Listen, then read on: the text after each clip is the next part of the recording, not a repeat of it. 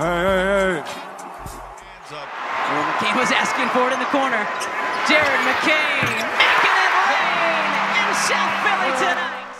Alright, Joe, so despite the fact that the 76ers have been one of the worst teams to open this regular season at a 2-10 record, they found themselves at the bottom of the Eastern Conference in a year where they were supposed to be contenders to make it out of the East. Now, obviously, if you add context to this record, Embiid has only played 2 games and has not looked great as he recovers from his injury. Paul George obviously had the hyperextended knee and has been, on and off the court to start the season as well. And even Tyrese Maxey, who came out the gates firing up shots galore, is now also hurt with a hamstring injury. So all of these things combined have left the Sixers again in a terrible spot, but if there has been one silver lining to how the season has opened for Philly, it's that their 16th overall pick rookie Jared McCain has done absolutely amazing in the increased opportunities that he has seen. In fact, at the time of me recording this video, as the Sixers play the Miami Heat, if you look at Jared McCain in his last 5 games,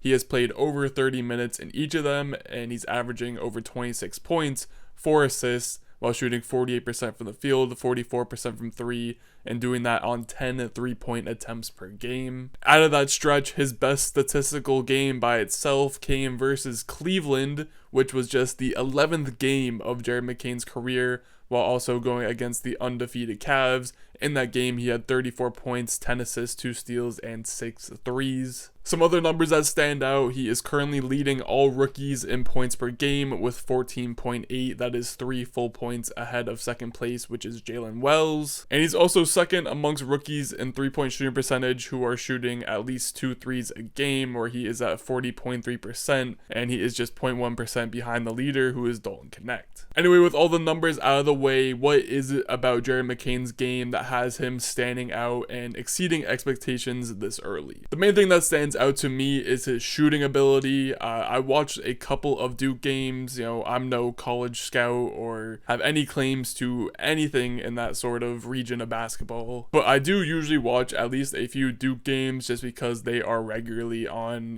primetime television, and I always liked what I saw from Jared McCain, and I'm happy to see that it is translating so far to the NBA, especially the jump shot. Not only does he have a lightning quick release, but he's able to burn you as a catch and shoot guy, spotting up on the wing, in the corner, in transition, from the top of the key, but he's also able to hit threes off the dribble, whether he's pulling up off a ball screen, isolation. He can kill you in many ways. I'm going to interject really quickly with some Twitter talk that's been going on recently during this hot stretch from McCain about how his play has been resembling a certain other lights out shooting point guard from Golden State. And I think a play like this highlights that very well, where he is driving to the rim, relocating to the corner, and knocking down the catch and shoot 3. It's very Curry-esque. There was another play that went viral on Twitter of him doing a similar thing, and to be honest, I think the rumors seem to be a little true. Anyways, what has also impressed me so far about his game is that he is already solidifying himself as a 3-level scorer, at least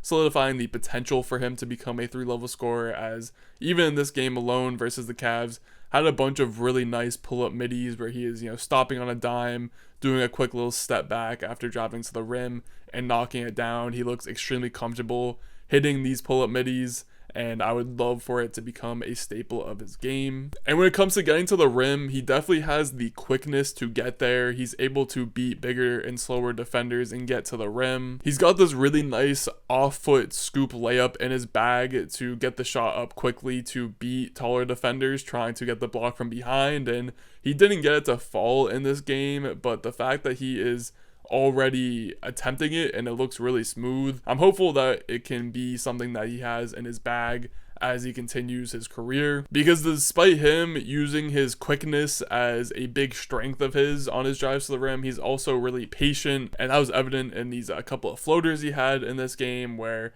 he's not rushing it. He's finding a good angle and he's getting the shot up cleanly. So far in his career, I think the rim scoring has definitely been the weakest of the 3 levels for him in terms of putting the ball in the basket, but he's shown enough flashes that I'm not questioning his ability to become a good scorer at the rim in the future. Now, in terms of passing the ball, he had a lot of really nice assists in this game as well. A lot of them came on just very simple drive and kick opportunities where, again, he is using that speed and quickness and driving abilities to draw multiple defenders to him, and then he kicks the ball out to open shooters who are knocking down shots. He's also just a very willing passer of the basketball in general. He's willing to make that extra pass in order to get a great shot instead of just a good shot.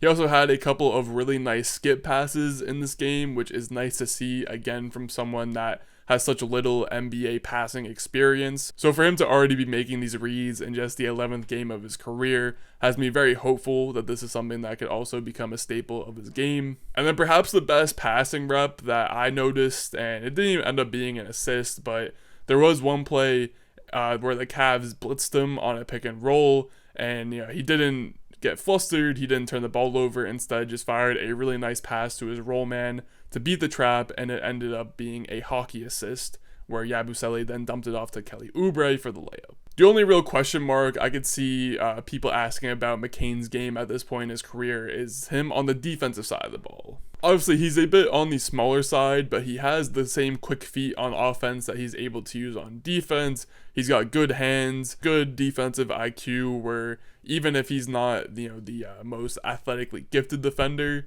he still knows where to be and can get into passing lanes. But unfortunately, I also did notice a lot of possessions like this one where he just kind of gambles, gets caught ball watching, loses his man, and it leads to open shots. And I'm interested to see if this is a trend that continues, but the Cavs were picking on him at the end of this close game where they were getting Donovan Mitchell switched onto Jared McCain and letting him go to work.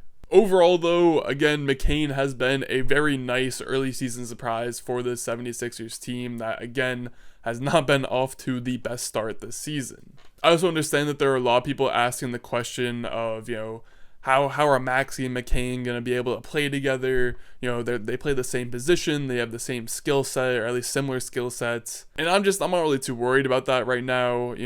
So far, while Maxey's been out, McCain has been sharing the floor with Kyle Lowry and Reggie Jackson, which I'd imagine him and Maxey would also be able to function on a court together. I'd also say, let's just be a little patient and let Maxey come back from his injury and just give them a couple of games, maybe even a couple of months to see how it actually works. I don't know. Anyway, it's just insane to me that the Sixers have been able to hit multiple times now on a non-lottery first round guard draft pick that has just turned into one of the biggest steals of their respective drafts. And now, despite the fact that the Sixers were very shorthanded in this game and there were not a whole lot of highlights outside of McCain, there were a few other players that stood out to me that I'd like to mention real quick. First off, Guerschon Yabusele continues to be one of the most underappreciated offseason signings. He's coming over from the EuroLeague, and he is proving to be a very valuable, 4, small ball 5 off the bench for the Sixers team. And I'm very excited to see what he looks like when they're actually fully healthy and how he's able to play with guys like Paul George and Joel Embiid. And then Adem Bona also got some run in this game with Embiid and Drummond both being out. He was the backup big to Yabusele. And to be honest, I randomly watched one Oregon game last year where Bona kind of went crazy. And ever since, I've been a fan of him just because of his athletic abilities. He's a good rim protector. He's got some low-key ball skills and passing abilities that he didn't show off in this game, but I'm very excited to see if he's actually able to carve a role for himself in the NBA, especially with the fact that Andre Drummond has been pretty lackluster this season. Maybe Guerschon plays some more 4 if Bona's able to get some more minutes at the 5. Anyway, Sixers fans, if you are down about this rough start, I would say to keep your head up. It's still a very long season ahead. This Eastern Conference is extremely exploitable outside of the Cavs and the Celtics, and despite the fact that they are off to a 2-10 start, playoffs are still very likely, and as long as you guys can get right by that playoff time, I think there still is a chance for a conference finals run.